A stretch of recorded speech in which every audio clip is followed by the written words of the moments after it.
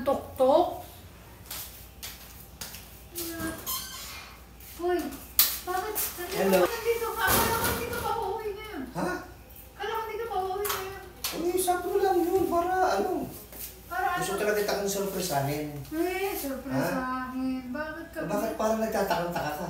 Ay, sabi mo kanina, bukas ka Ha? pa uuwi kasi may... Di ba may ano kayo, may outing kayo? Ba't bigla ka nakauwi?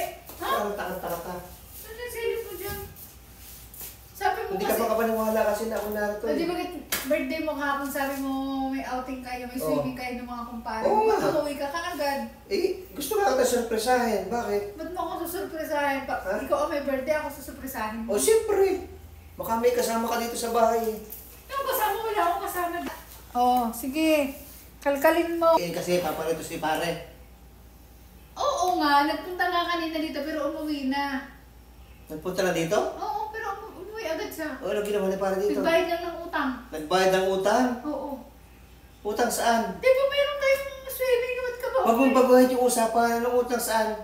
May utang siya sa atin. Hindi mo pa alam yung inutang niya sa akin. Yung isang ano. Pinautang ko yung 1,000. Binayaran niya na. Binayaran. Binayaran niya na yung utang niya. Tuwing ako'y naalis, nagpapalito si pare. Anong padala ninyong yan?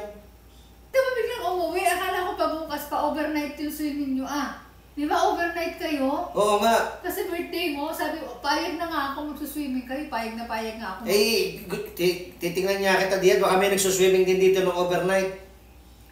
Ba naman yan? Wala naman.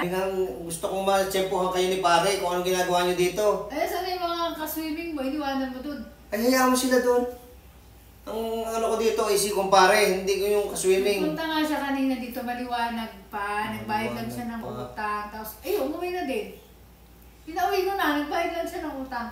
Tapos nag-swimming din si pare. Hindi, wala na swimming pool tayo. Aquarium, meron yung aquarium.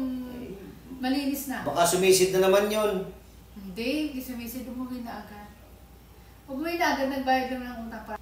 Talaga? Oo, ikaw talaga. Gulat ako sa'yo, bigla-bigla kang nauwi. Nasa malayo kayo. Diskumpiyado ko sa inyong dalawa yung mga padala ninyong yan eh. Pinagbibigyan na nga kitang mag-outing kayo ng mga... Kaya ka pumayag kasi meron kang gagawin. Wala nga, nagbayad nga lang siya ng Oh, utang. nagbayad lang siya ng utang. Oo nga. Kasi yun, umalis na. Sabi ko, umalis na siya eh. Mga Pero padala mo ano- talaga. Ikaw ha. Pero nag-usap lang naman kami. Ano pinag-usapan niyo? Nag-usap kami doon sa kwarto. Sa kwarto? Oo. Ba't sa kwarto pa? Ay, gusto niya doon kasi malamig daw. Nag-usap lang kami doon sa kwarto ba? Gusto niya kasi malamig. Nagpalamig muna siya saglit. Kailangan.